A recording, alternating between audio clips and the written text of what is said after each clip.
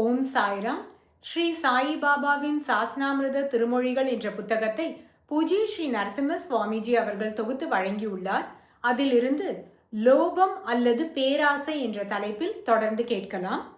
ஸ்ரீ சாயி பாபா அத்தாய் என்பவரிடம், உன் சொத்தை அனுபவிப்பவர் அண்ணா, அதாவது உன் தந்தை.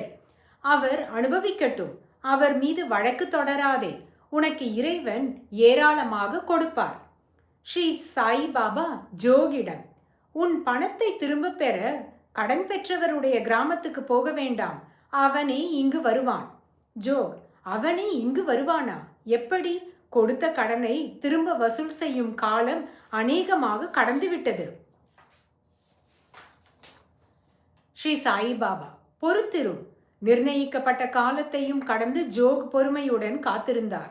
கடன் பெற்றவர் தானாகவே வந்து கடன் தொகையை, அதாவது 1400 ரூபாயை வட்டி இல்லாமல் திரும்ப கொண்டு வந்து கொடுத்தார். நலன் அளிப்பதை எடுத்துக்கொண்டவர் சாது, படே பாபா அல்ல. சாது பையா, அதாவது சதாசிவ தொண்டிராஜ் 15/2/1915 அன்று ஹர்தாவில் மாலை 4 மணி அளவில் சில நண்பர்களுடன் நடந்து சென்று கொண்டிருந்தார்.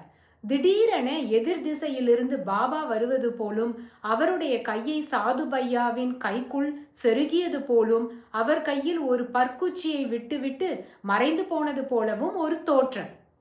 சந்தேகப்படும் நண்பர் ஒருவர், இப்போது என்ன நிகழ்ந்தது? சாது பையா, ஒன்று நிச்சயம். நாம் வந்து கொண்டிருந்த போது என் கையில் ஒரு பற்குச்சி இல்லை, இப்போது என் கையில் ஒரு பற்குச்சி இருக்கிறது. பாபா இதை என்னிடம் கொடுத்திருக்கிறார். சந்தேக நண்பர், ஏன் ஷீரடிக்கு கடிதம் எழுதி ஊர்ஜிதம் செய்து கொள்ளக்கூடாது?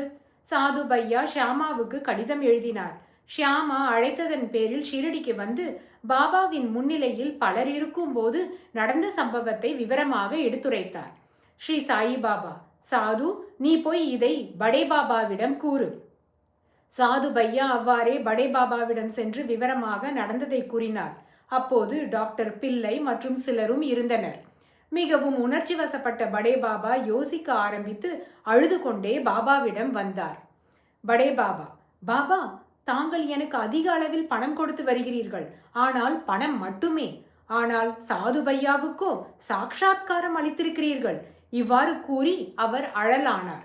ஸ்ரீ சாயி பாபா, என்ன செய்யக்கூடும், அவரவர் விரும்புவதை அவரவர் பெறுகின்றனர் என்று கூறினார். இதன் தொடர்ச்சியை நாளை கேட்போம். ஓம் சாய்ராம்.